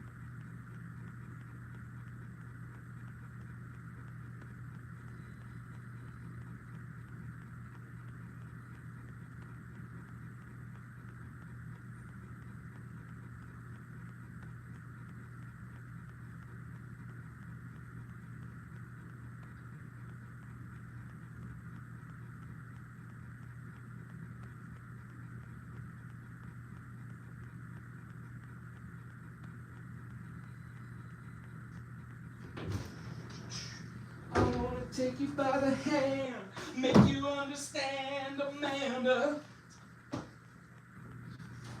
Do. Oh, that's right, we're still recording. Who's the goose?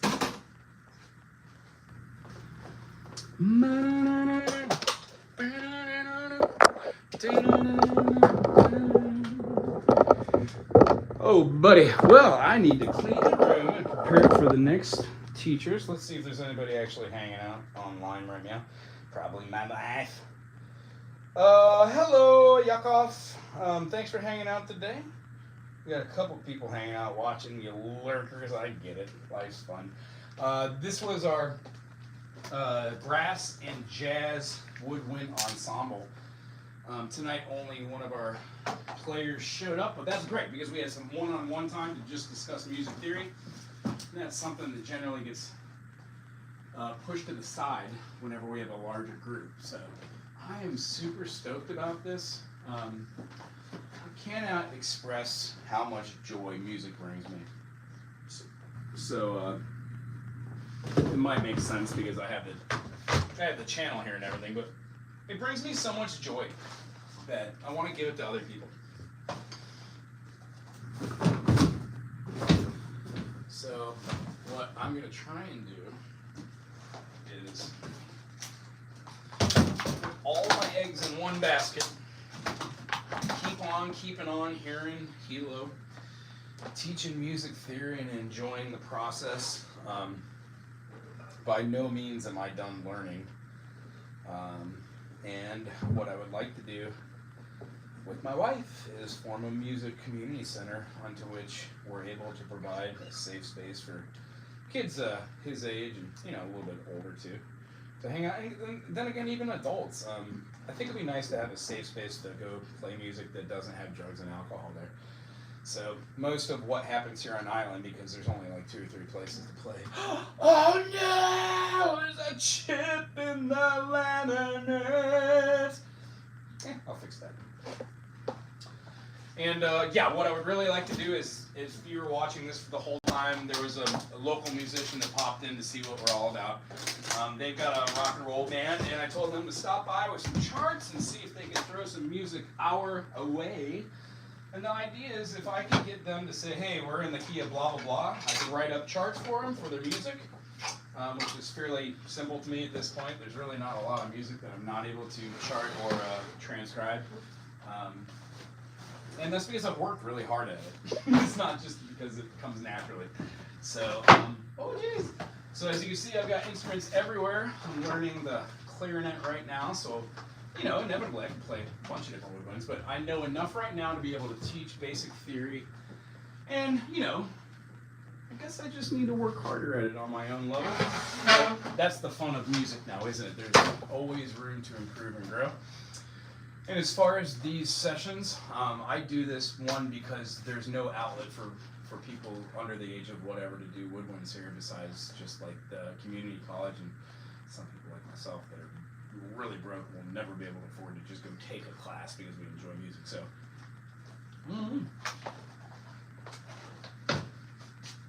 I really enjoy it. So I'm just gonna keep doing it my whole life. And one of the really cool things about this is Laura and Spencer, of whom I rent this room from, are super supportive. The rent is just the right amount of money where they're able to do their thing and I'm able to do my thing, and I use every single moment of this day. Monday, Tuesday, and Saturday I work generally 9 to 12 hour days. Today being a 12-hour day, very, very long, very, very late. But I'm very grateful. I just got the new car, which has branding on it, has my company logo. And today I think I finally figured out the squares, the fourth wall sales thing on the YouTube channel, because the YouTube channel now is monetized, which is super groovy. Stuff like that. Trying to support others out there. Next month, or this month, I'm going to be doing a interview with this gentleman, Scotty. get a song, please? I bet I know which one he wants. What do you think? Good to see y'all. Good to see y'all. Can I get a song, Thank please? you all for hanging out. Anyway, I'm live showing Scotty live. Sorry it took me so long to get on here. We'll try. A couple setbacks here and there, but you know, that's how it goes. That's life, That's buddy. how it goes. Alright. Although I probably should turn him down. I don't ever know what they're going to talk Appreciate y'all. about. I want to know, those of you that were just on the last stream and are now here, let us know how the sound compares. Right. Biggest Herm says loud and clear. That's a nice Martin, man. Lucky Martin. Glad you're here, Silas Storm. I'm glad you're here. Okay, so Mood Elevator's gonna have to go back through the things and see if she sees any of those. Actually, I can go through and I can do it too. Did some of them get lost because they were here before? Oh, In Spite of Ourselves. They're In Spite of Ourselves. I was gonna say, where's her In Spite of Ourselves? Well, I was at, I already showed 71 things starting, and it's not from this week. All right. Oh, mine doesn't though. So Well, I think I'm about ready to wrap up this day. I don't know, to be honest with you. I really don't.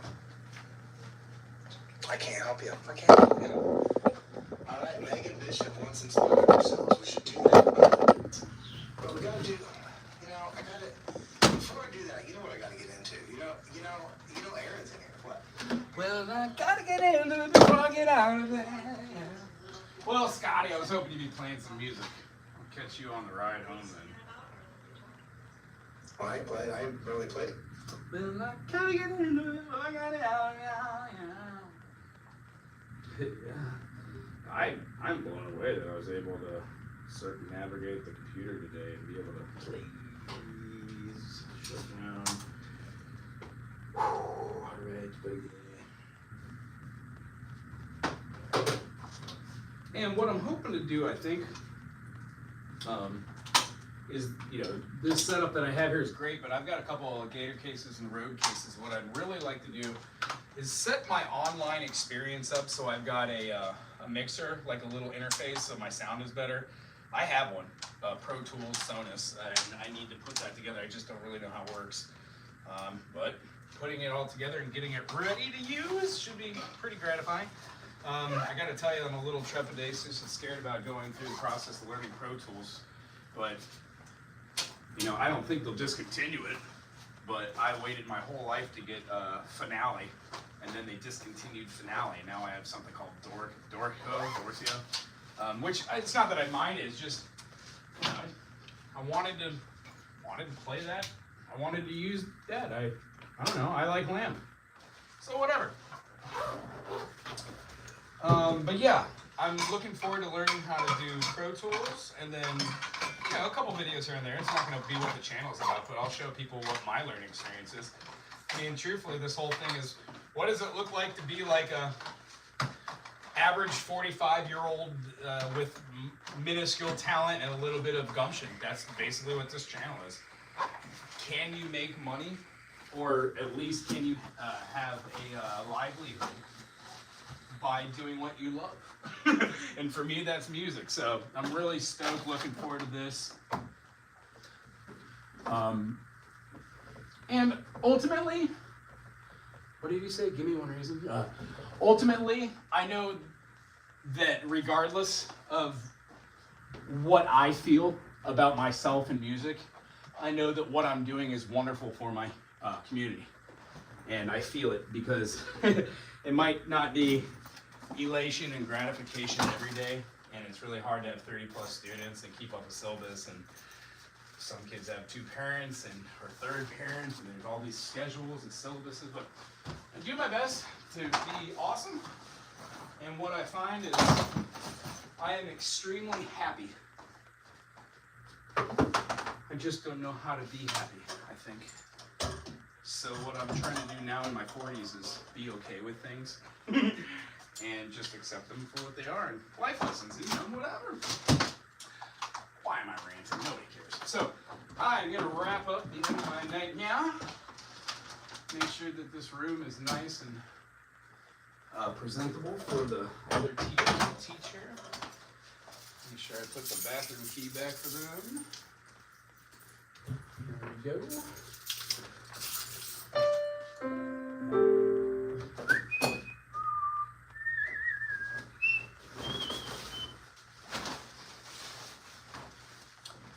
But yeah, I think I'm super happy, and I just want to feel a little bit more gratification by doing things that I think are right. And when I mean right, I don't mean right and wrong. I mean, what the heck is this? Rufus is here. Oh, little boy. Not right or wrong, but ultimately, what is altruistic or donistic, and how do I get to a point where I'm able to help other people feel better about themselves and their life and their creativity through the eyes of music? And that's really what it's all about. So it's kind of what I'm shooting for. Shooting for in life. I'm looking forward to seeing what the future brings. But for right now, it's a lot of moving steps. So I guess full circle, what I was just talking about, being able to have something that I just set up a recorder, I unpack it, take off a front, press a button, plug in a thing, and then ta-da, live. I would love to be able to take the show on the road, use one of these road cases. I've got 2 that are ready to go. And I just stumbled into a bunch of donated gear, so I'm very, very excited to not start the process, but I think the term is to fortify this process. I've been a musician my whole life, and it shows. You don't just do what I do by just randomly picking up an instrument and going for it. But there's also a level of narcissism and ego that comes along with that I've noticed from myself and others. So being able to get rid of that and then basically enjoy music for what it's worth with different people at different levels, and then also be able to give people the joy of music at no cost or little cost is really where it's at. You know what I'm saying? So, I gotta say that I'm super grateful for my wife. I'm grateful to live here in Hawaii. I'm grateful for Laura and Spencer. I'm grateful for Aspen and Deb at One Gallery for our gigs on First Fridays. I'm super grateful for the guys who do sometimes show up to this jazz ensemble, the brass and jazz thing here. And I'm super glad to have the ability to know the difference between things that are like impassable and things that are attainable. And by no means do I think that anything I do is unattainable. What I do musically, it was just a lot of practice. It started as 5 minutes here and turned into like 5 or 6 hours at the end. And now I don't practice 5 or 6 hours, but when I really get into something, I'll write music for like a 4 or 5 hour stint. I'll write 5 or 6, 7 songs. Music analyzation is a big thing too, but I guess putting proof in the pudding and not taking myself too seriously and having fun with the music channel, the YouTube channel is really where it's at too. Anyway, I'm gonna wrap up my day. I need to sweep and wipe the windows. Other than that, mahalo, nui, aloha po. Have a great evening. Aloha to you.